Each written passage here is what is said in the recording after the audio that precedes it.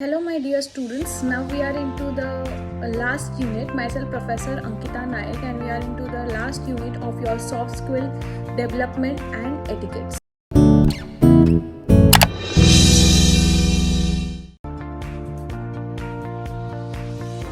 Okay, so in this particular unit, we are going to learn the preparing of your biodata, your CV, social and soft skill development, group discussion, personal interview, video and teleconferencing, presentation skills, negotiation skill, aesthetic skills, etiquettes, different types of etiquettes, quitting techniques, exit interview. So all these things we are going to learn into this particular kind of unit. Okay, so this is probably the last unit of your this subject. Okay, here you will be getting lot more examples like how you yourself will be preparing for the corporate world. So we are going to discuss a lot of things over here. So let's start with our first topic, like preparing the biodata and a CV. So let's first understand what the meaning of them. The word resume, curriculum, then biodata used many of the times in today's world, but we should first understand the meaning of it. First of all, we will learn what is resume. Resume is a French word which is means summary of your entire thing what you have done for your particular kind of job. Okay, a simple resume may not longer than 2 or 3 pages size of A4 size. Like first and at most question, how your resume should look like, because your resume is portraying yourself, how as a person you are and what you are going to do. So it is not more than 2 to 3 pages, the basic rule. Okay, resume gives importance to the academics, professional qualifications, voluntary experiences, achievements and accomplishments. So all these details should be there. There are generally 2 types of resume. One is your reserve resume, and next one is your functional resume. Reserve resume, where the work experience is sorted on basis of the number of years served in the organization. So here you can call it as a professional resume, and one is your fresh resume as a fresher. Okay, and functional resume, where the main focus is given on the skill set required for the particular kind of job or process.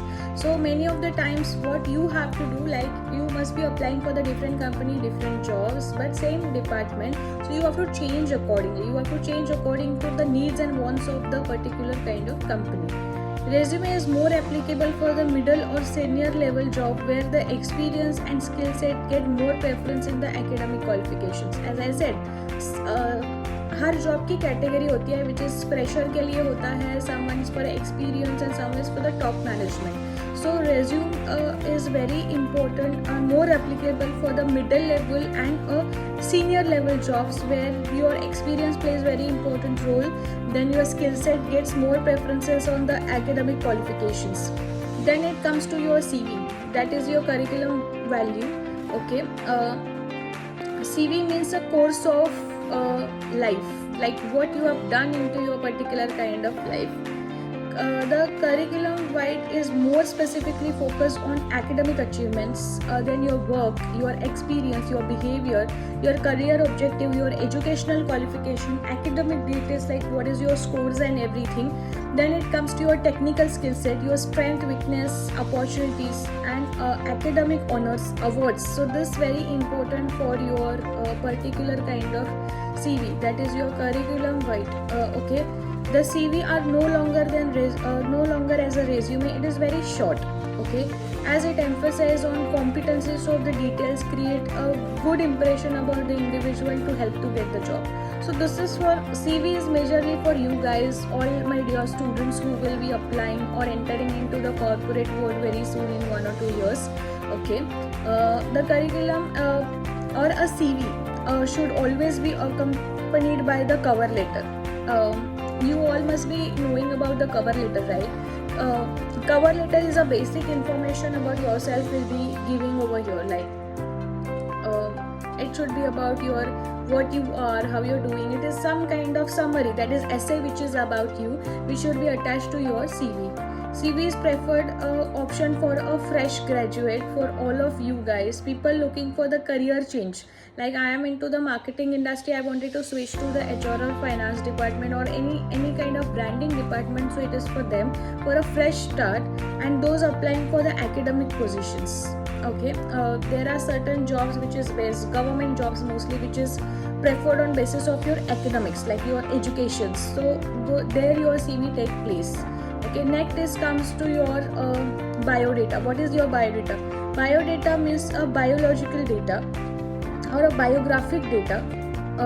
It is defined as one life and work experience. The main focus is on a personal attributes like your birth date, then your religion, gender, race, nationality, PAN, passport, Aadhaar card,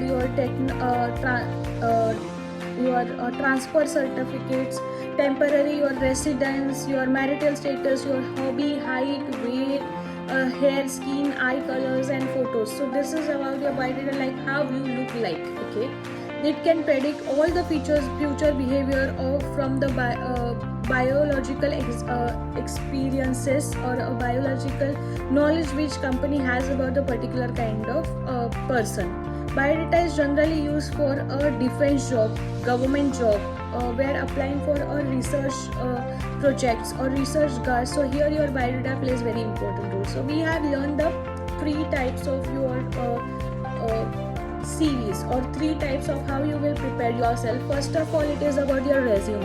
Resume is more for your senior level management or middle level people, where your work experience, your skill set plays very important role. Next is come to your CV. CV is more about your for a freshers, fresh graduate, those who wanted to apply for a new job or a new career. So it is for them, or applying for the academic based job. CV is a short brief about yourself. At this particular phase, you have to look about the good impression how you will create. It will be about your academic details, your personal details, your skill set, strength, weakness, then your academic honors, your achievements will be mentioned into your CV. Okay, and next one is your biodata. Biodata means a biographical data. It is defined one's entire life. Okay, this is main focus on a personal attributes like your Aadhaar card, your PAN card, your photograph, your temporary address, where your marital status, then hobbies, height, weight, everything. So this is mostly for your defense job like your police or military, where this takes very important role, where your physics matters more. Then your government jobs, where you have to take all these things into the consideration, or applying for the research groups.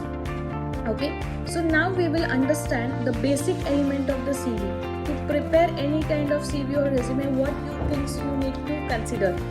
So all my dear students, all of you have to give lot of attention, because this is very important topic for all of you. Like whatever you are studying today, it is going to end up to this only. Okay, so whether a potential employer look into a CV or resume, they look for the document that proves a particular individual has done this amount of thing, or ideal candidate which is suitable for their organization to invest their time and money. Essentially, it's a sell brochure. You are going to sell yourself to any kind of company, or it should be having the various details. So now we are going to discuss about what all the important factor for your CV. First of all, it is about your details. Okay, it include your name, address, phone number, then your email address. So many interested employees can contact a candidate very easily. Information such as nationality, age, driving license, status are optional. This is up to you, but this is your basic details should be there, like name, details, or your email ID or address. So anyone who like your CV will get in touch with you. Then personal statements. This objective that immediately capture the attention of the reader. The significant skills of the candidate must be linked to the job, like your personal statements, like you have done some course, you have done something which is unique, so it can grab the attention of that particular person. Then it comes to your education.